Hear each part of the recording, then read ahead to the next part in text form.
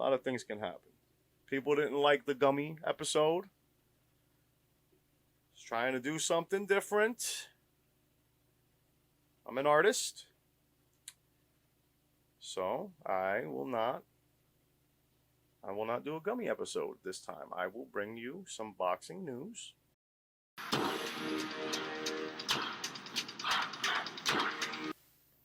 I went down to Coach Dre's gym. Sergey's there. He's well. He's in good spirits. He is training. He's working with Coach Dre. He's got 2 people gunning for him. He's actually in a position of power, believe it or not, right? And if we listen to some of the stuff that Dark Horse says, I know that we don't, I've kind of been a little fucking up and down lately with the content, so maybe we don't listen to Dark Horse anymore. But if we listen to if we're still on board, right? We said it in this video about Ryan Garcia and one of these fucking dog and pony show podcasts that I do. We said, listen, the opponents these days are worth more. This is the value is in the opponent. Sergey's work for whoever he's going to fight, Sergey's work has already been done. That was done last November, whenever it was that he fought Triple G. He's already shown up with his side of the bargain done. I'm a credible guy, coming off a big win, typically, right? And in the case of the Triple G thing, not a win, but that's how solid that performance was. We count that as a win. This is what you need to bring to the table if you're the B-side against a guy like Charlo or Canelo, right? So he's already got that.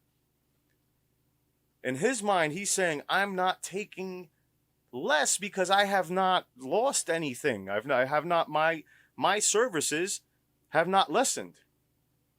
Canelo's have, right? If the idea behind Canelo being the A-side is the fact that he can put butts in the seats, but there are no longer seats nor butts, then if anything, Canelo can offer you less. So Sergey's not willing to take less. I don't think, at least. I think that's the only reason we're even in a position to where we're even talking about Jermall Charlo right now. Right? I mean, I can imagine a situation to where Charlo's name starts getting thrown around to bait Canelo. I get the feeling that Charlo's name is that it's real, that it's realer than Canelo. I did an interview with Coach Dre recently, stopped in by the gym. Nothing groundbreaking. We didn't, he didn't really say a whole lot. How do those names, when you hear those names, the names that we're talking about, how does that like strike Sergey, the challenge of it? Well, I mean, Sergey, when they tell you about different guys you can fight, how do you feel? Well, specifically Canelo, Charlo? He don't care. Listen, this man, he fought Triple G. He beat Triple G. He fought Danny Jacobs. It was a close fight. I thought it was a draw, actually, in my opinion. But this man is one of the best out there. One of the best. So, and he doesn't even complain. I complain more. When we whooped Triple G's butt, I was like, yeah. And then we heard we didn't. I was like, no. And Sergey said, it's okay, coach. It's okay. Don't worry. It'll be all right. We'll always have another chance. Wonderful person. That's what it's all about. Let's get back to work. Back to work. Okay?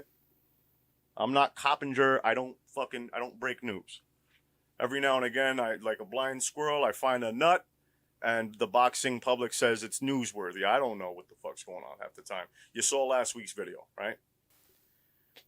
Nonetheless, I'm not a complete idiot. I can read the room. I know when something is being considered. I've spent a lot of time with Coach Dre. Spent a lot of time at the gym.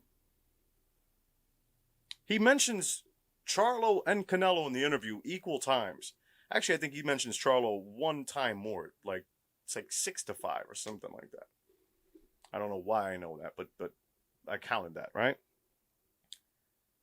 The only person that Dre, when he's speaking, you got to remember, Dre's doing most of the speaking for Sergey. Sergey's interpreter's not there.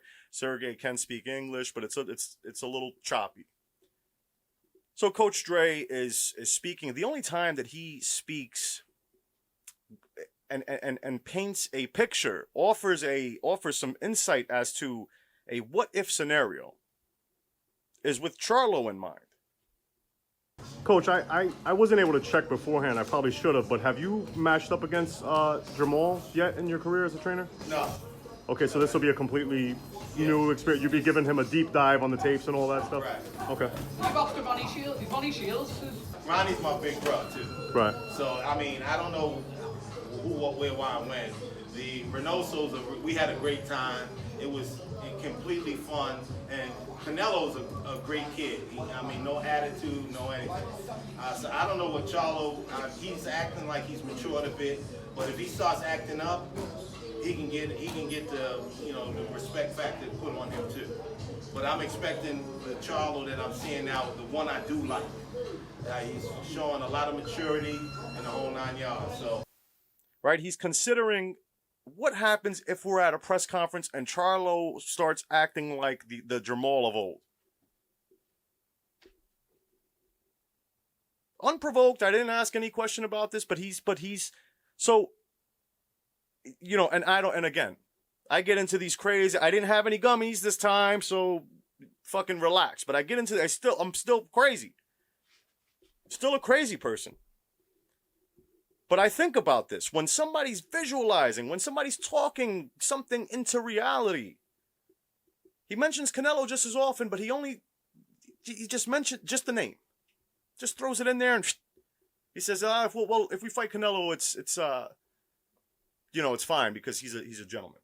But he goes into the idea that if we fight Jermall, this is what's going to happen if he starts acting like this.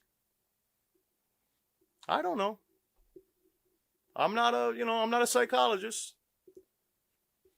Certainly not a journalist. Just a guy. I'm a guy that's a little street smart, though. I can feel shit. I feel it in my bones. I feel it when the names are being mentioned.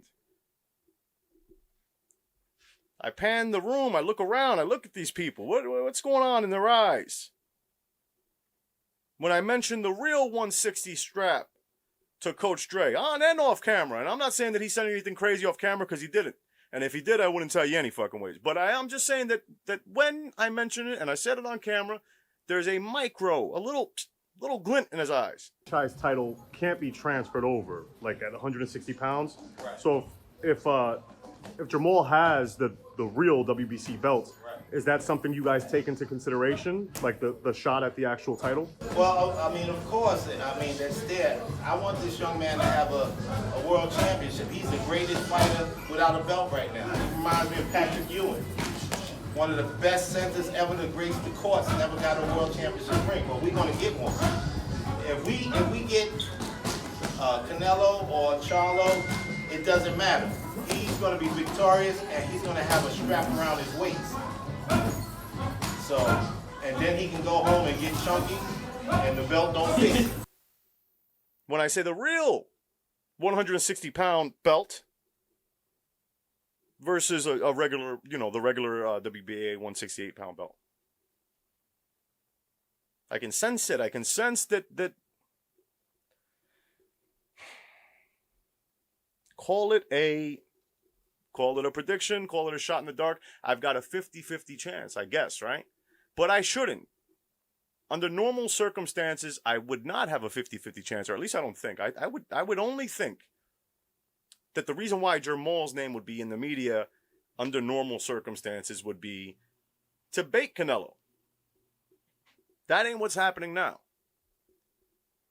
Jermall's name is there. It's sticking.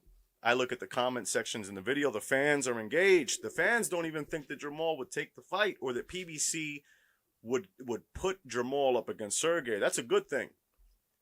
Because if it happens, then people are they're gonna want to tune in. I think people saw the Korobov fight. They see Jermall as a guy that's beatable. They saw Jermall get beat. If you're not a Charlo fan, you're not going to want to miss this one. Right? Or if you're Sergiy, you go in against Canelo. right? And this is without taking the Charlo fight. You're going against Canelo. Possibly lose. And maybe considering the coronavirus and considering the fact that, listen, I mean, the only thing that's going to move subscriptions as in terms of boxing and people in America that are picking up DAZN subscriptions at this point is a Canelo or Anthony Joshua fight. I mean, backyard fights ain't gonna cut it. You know, I would never suggest that somebody steals anything, but I would imagine for fucking Cheeseman and Egginton or whatever they're, you know, I would imagine those fights might be getting, you know. Anywho, but yeah. You know, yeah, I would imagine that not many things are going to move the needle over there, right? So if they're offering less than optimal, less than Canelo type money pre-coronavirus, why not go in and fight Jermall for the same amount of money? Let's just say, hypothetical, I don't know this to be true, but let's just say the same or in the ballpark in a fight that you feel is easier to win for a full title. And you keep the shot at Canelo in your back pocket. And if it works out and you win, it's still there. And the further away we get from the virus, the closer we get to the vaccine, the higher his purse will get if he wins. Again, I'm speaking from Sergey's perspective. It's not a walk in the park. There's no foregone conclusion that he can beat Charlo. And that's, you know, I love those guys. But, I mean, this is not, pick your poison. You know what I mean? It's not going to be a walk in the park. But, you know, I think that fans feel it's the more winnable fight. I think Sergey thinks it's a more winnable fight. If I'm, you know, I think it's the more winnable fight, too, if I'm being honest. You know, Canelo at 68 is a big ask, and Sergey's not a particularly big dude. So, this is what I'm feeling, man. This is what I'm feeling that's going on over there. This is the vibes. It's the vibes I'm getting. I can't, you know, I ain't got nothing to break for you. I can tell you that I'll be there. I can tell you that the only thing, you know, that I can say with absolute certainty or that I can speak with on some level of authority is the fact that I've been there. There were no other media members there. You know, so, I mean, the only scoop that you can get is the scoop of a fool that's holding a camera that got to ask Coach Dre some questions, and I'm giving you what I'm feeling. I feel like it's Jermall. I feel like PBC's been eerily quiet. I feel like they've been eating a little bit of shit online for getting pushed back for baseball, supposedly. I feel like we're going to get an announcement in a few days, and if I had to guess, I think it's going to be Jermall. And that's all the news I've got for you today. I got other shit. I got other stuff. We're going to start putting some other stuff up. We're going to start putting some interviews up. I don't know if you guys dig the interviews, but, you know, I'll toss them up here. And we'll catch up. We'll catch up later.